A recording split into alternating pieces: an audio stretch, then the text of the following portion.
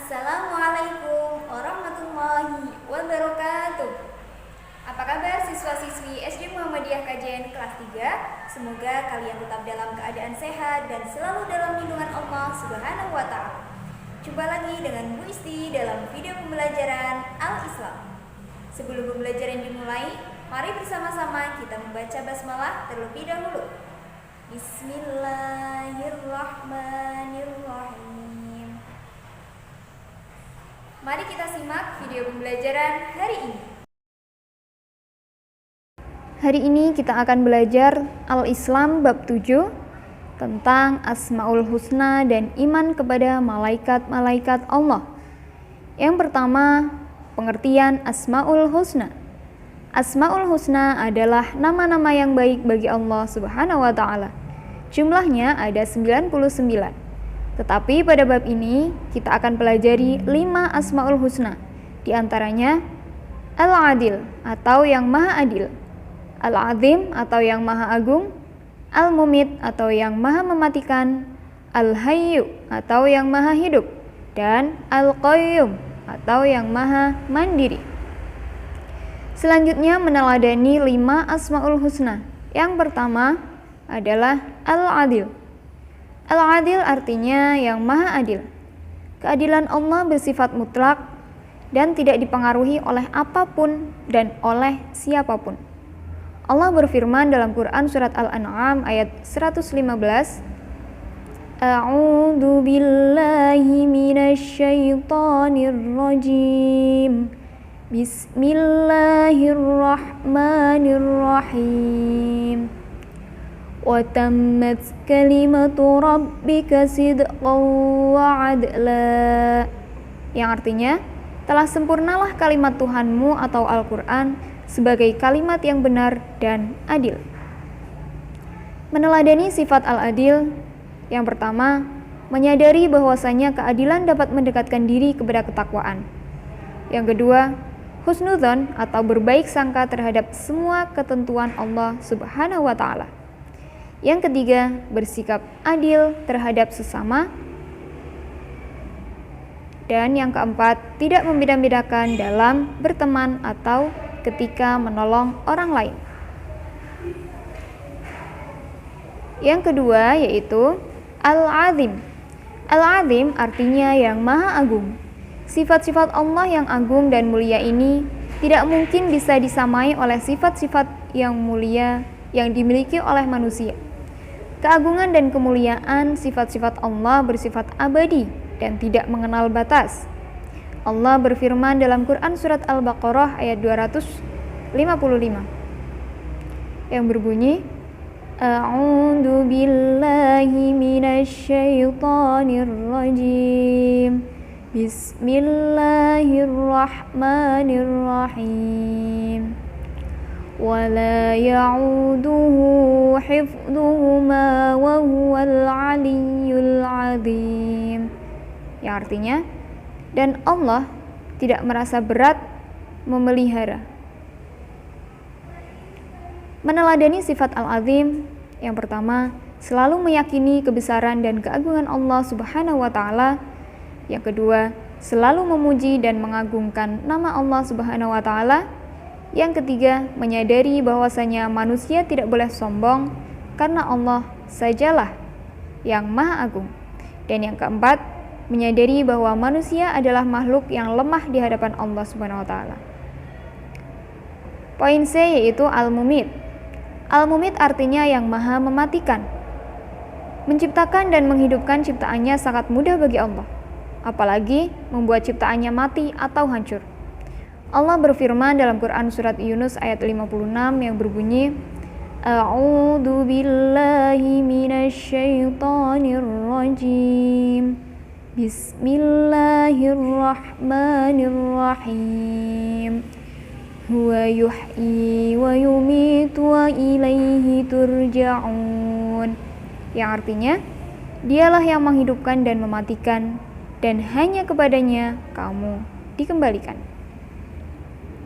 Meneladani sifat Al-Mumit, yang pertama, selalu ingat bahwa manusia tidak hidup selamanya. Kematian pasti akan datang. Yang kedua, memanfaatkan waktu untuk beramal soleh. Yang ketiga, memanfaatkan waktu luang untuk berbuat baik dan selalu berlomba-lomba dalam kebaikan. Dan yang keempat, menjauhi semua perbuatan tercela. Poin D yaitu Al-Hayyu. Al-Hayyu artinya Maha Hidup. Allah tidak pernah tidur dan tidak akan pernah mati, meskipun hari kiamat telah tiba. Allah berfirman dalam Quran surat Ali Imran ayat 2 yang berbunyi, A'udzu billahi minasyaitonir rajim. Bismillahirrahmanirrahim. Allahu la ilaha illa huwal hayyul qayyum. Yang artinya, Allah tidak ada Tuhan selain Dia yang Maha Hidup, yang terus-menerus mengurus makhluknya. Meneladani sifat Al-Hayyu, yang pertama, selalu ingat bahwa manusia tidak hidup selamanya dan kematian pasti akan datang. Yang kedua, memanfaatkan waktu hidup di dunia untuk selalu berbuat kebaikan dan menjauhi perbuatan tercela. Yang ketiga, menjadi orang yang bermanfaat bagi dirinya sendiri dan orang lain. Serta yang keempat, selalu berkarya. Poin E yaitu Al-Qayyum. Al-Qayyum artinya Maha Mandiri. Allah tidak memerlukan pertolongan dari makhluknya. Allah juga berfirman dalam Quran surat Ali Imran ayat 2 seperti pada Asmaul Husna Al-Hayyu. Meneladani sifat Al-Qayyum diantaranya melakukan sesuatu secara mandiri, seperti menyiapkan keperluan sekolah sendiri atau mengerjakan tugas sendiri. Yang kedua, menjauhi sifat bergantung kepada orang lain. Yang ketiga, manusia harus saling tolong-menolong dengan sesamanya, karena manusia tidak bisa hidup sendiri selamanya. Manusia pasti membutuhkan orang lain. Yang ketiga yaitu beriman kepada malaikat. Pengertian iman kepada malaikat. Iman secara bahasa artinya percaya, sedangkan secara istilah, iman adalah sesuatu yang diyakini di dalam hati, diucapkan dengan lisan, dan dilakukan dengan perbuatan. Iman kepada malaikat Allah artinya meyakini adanya malaikat-malaikat yang diciptakan Allah, serta meyakini nama dan tugas-tugas mereka. Iman kepada malaikat merupakan rukun iman yang kedua dan wajib kita percayai. Malaikat adalah makhluk ciptaan Allah yang tidak boleh disembah. Malaikat adalah makhluk gaib yang diciptakan dari nur atau cahaya. Makhluk gaib artinya tidak dapat dilihat, didengar, atau diraba manusia. Malaikat adalah makhluk yang sangat taat dan tidak pernah berbuat dosa kepada Allah. Sebagai bagian dari iman kepada malaikat, kita diwajibkan untuk mengetahui 10 malaikat dan tugas-tugasnya. Berikut nama dan tugas malaikat Allah Subhanahu wa Ta'ala. Yang pertama adalah Jibril. Tugasnya menyampaikan wahyu. Yang kedua, Mikail. Tugasnya membagi rizki dan hujan. Yang ketiga, Israfil atau meniup sangkakala pada hari kiamat.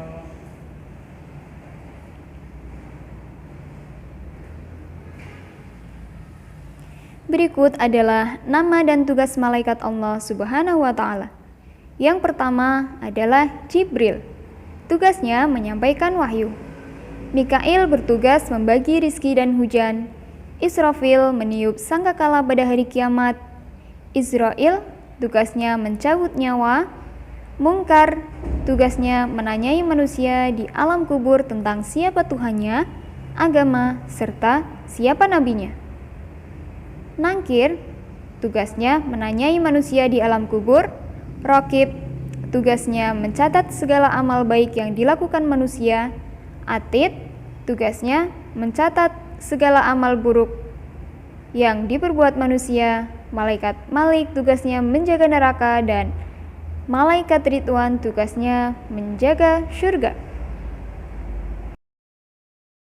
Setelah menyimak video pembelajaran pada hari ini, Sekarang tugas anak-anak, tulislah pada lembar kerja siswa nama, kelas, nomor absen, dan mupel.